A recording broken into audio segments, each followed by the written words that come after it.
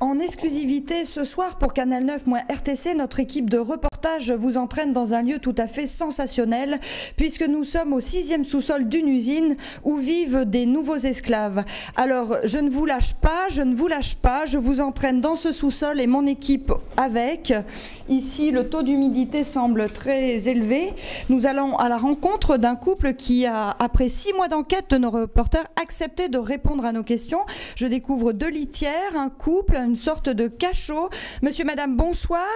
Est-ce que vous pouvez expliquer à nos téléspectateurs qui sont curieux de comprendre les conditions de vie de ces nouveaux esclaves, qu'est-ce que vous vivez au quotidien? Mais oui, mais attendez, madame, on dort à 12 dans un mobil-home.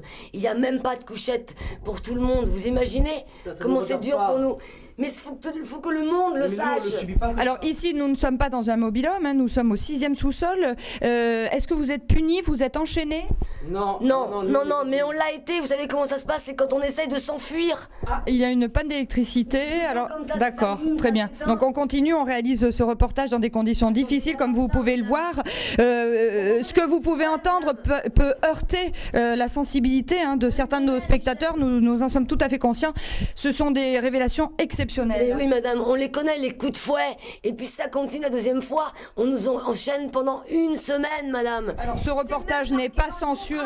Nous ne pouvons vous divulguer la société qui emploie ces gens-là. Mais pourquoi ne pas avoir montré à un juriste votre contrat de travail? Moi je l'ai lu le contrat parce qu'elle sait pas lire. Alors elle s'en va comme ça, mais je vous dis, c'est pas exactement marqué comme ça dans le contrat. Et c'est pareil. Est-ce que vous avez pensé à vous enfuir? On peut se supposer que nos téléspectateurs vont se poser la question. Non, nous on se positionne comme ça, nous on a des crédits, on a des dettes et voilà, et on veut pas en dire plus. Comme vous le voyez, ils acceptent quand même d'être ici. Voilà, vos enfants, vous les voyez quand? C'est tout, on ne dira pas plus. Non, il faut qu'on explique le système des permissions, le système de points qui est très compliqué, vous voyez. Moi mon maître il m'a dit qu'il me manque encore 142 pour avoir le droit à une permission. Voilà, donc des conditions très difficiles. C'était Linda Marallo pour Canal 9-RTC. On n'a pas le droit d'être fatigué.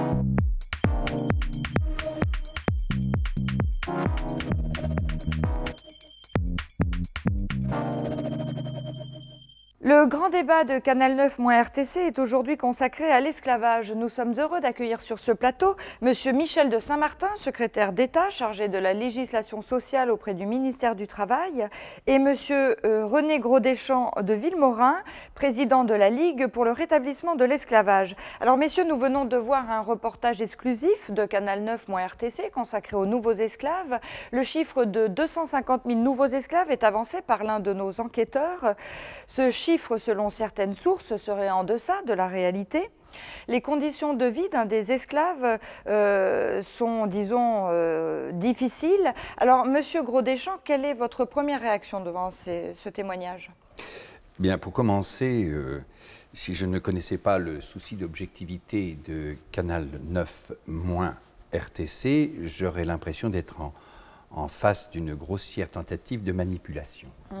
Les 2 esclaves que vous avez engagés pour votre reportage, enfin les 2 personnes qui se revendiquent comme telles, ne sont absolument pas représentatives de l'esclavage moderne. J'ai moi-même, dans mon entreprise, 50 esclaves. Je peux vous dire qu'ils sont totalement satisfaits de leur sort. Et je pourrais leur demander, même si vous le voulez, qu'ils viennent en témoigner sur votre plateau. Alors, Monsieur le ministre, nous venons d'entendre Monsieur Gros-Deschamps déclarer qu'il emploie une 50aine d'esclaves. Est-ce illégal? Écoutez, formellement, oui, c'est illégal. Mais il peut y avoir quelques dérogations. Je ne vais pas m'étendre longtemps sur la législation actuelle, qui est fort complexe, comme vous le savez. Oui, c'est bien pour ça que notre Ligue a préparé un certain nombre de mesures pour encadrer l'esclavage.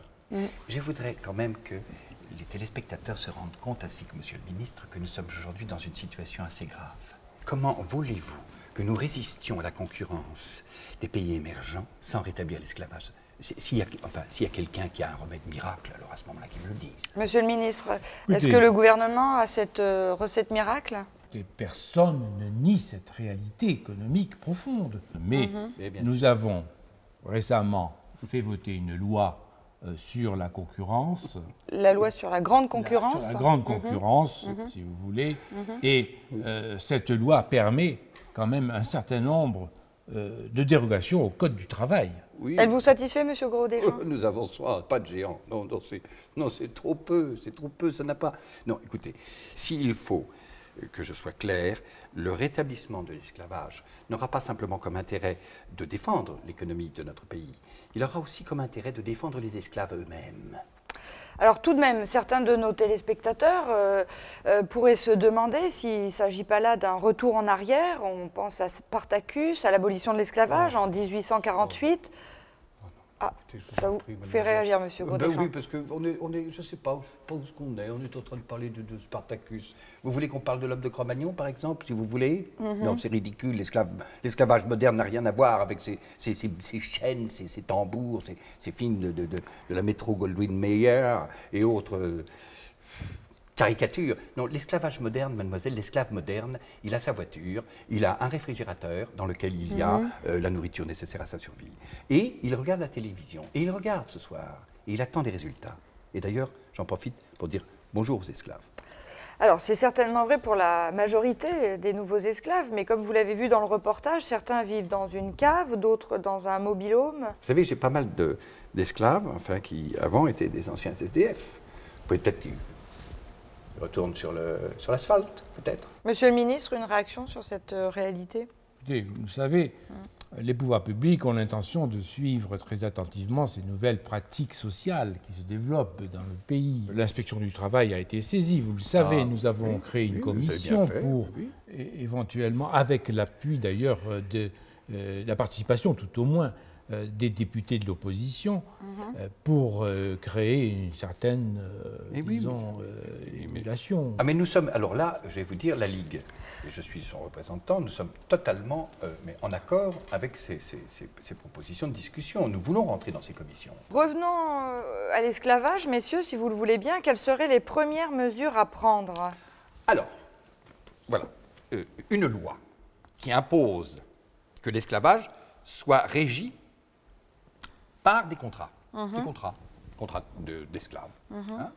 Ces contrats stipuleraient les temps de travail, la disponibilité de l'esclave. Si vous voulez, nous avons élaboré quelques points précis. Je vais vous les lire. Oui. Alors, pour l'esclave, il faudra des périodes de sommeil et de repos qui lui soient réservées.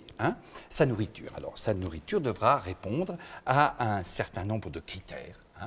Les châtiments corporels seront réservés à des fautes graves. Il faut que les châtiments corporels, je ne suis pas pour, mais le corps a sa mémoire. Et dans certains cas, c'est indispensable d'en user. Alors, pour les rapports sexuels ne sont pas interdits car l'esclave doit se reproduire. Pour ce qui est donc aussi des rapports entre esclaves et maîtres, alors là, il n'y a aucune précision. La seule chose, c'est qu'il faudra quand même éventuellement se protéger. Monsieur le ministre, qu'est-ce que vous en pensez? Écoutez, sur certains points, nous pouvons trouver un terrain d'entente. Mais de toute façon, il n'est pas question de légiférer sans consulter les partenaires sociaux. Mais je suis tout à fait d'accord pour rencontrer les syndicats. Encore faut-il que ces syndicats soient réalistes. Parce que justement, le problème avec les syndicats, c'est que quelquefois, ils veulent bien discuter, mais ils restent accrochés à leurs acquis. Les acquis, on se demande. Bien, donc nous attendons avec impatience ce prochain rendez-vous social. J'imagine que les esclaves qui nous regardent l'attendent d'autant plus. Messieurs, je vous remercie.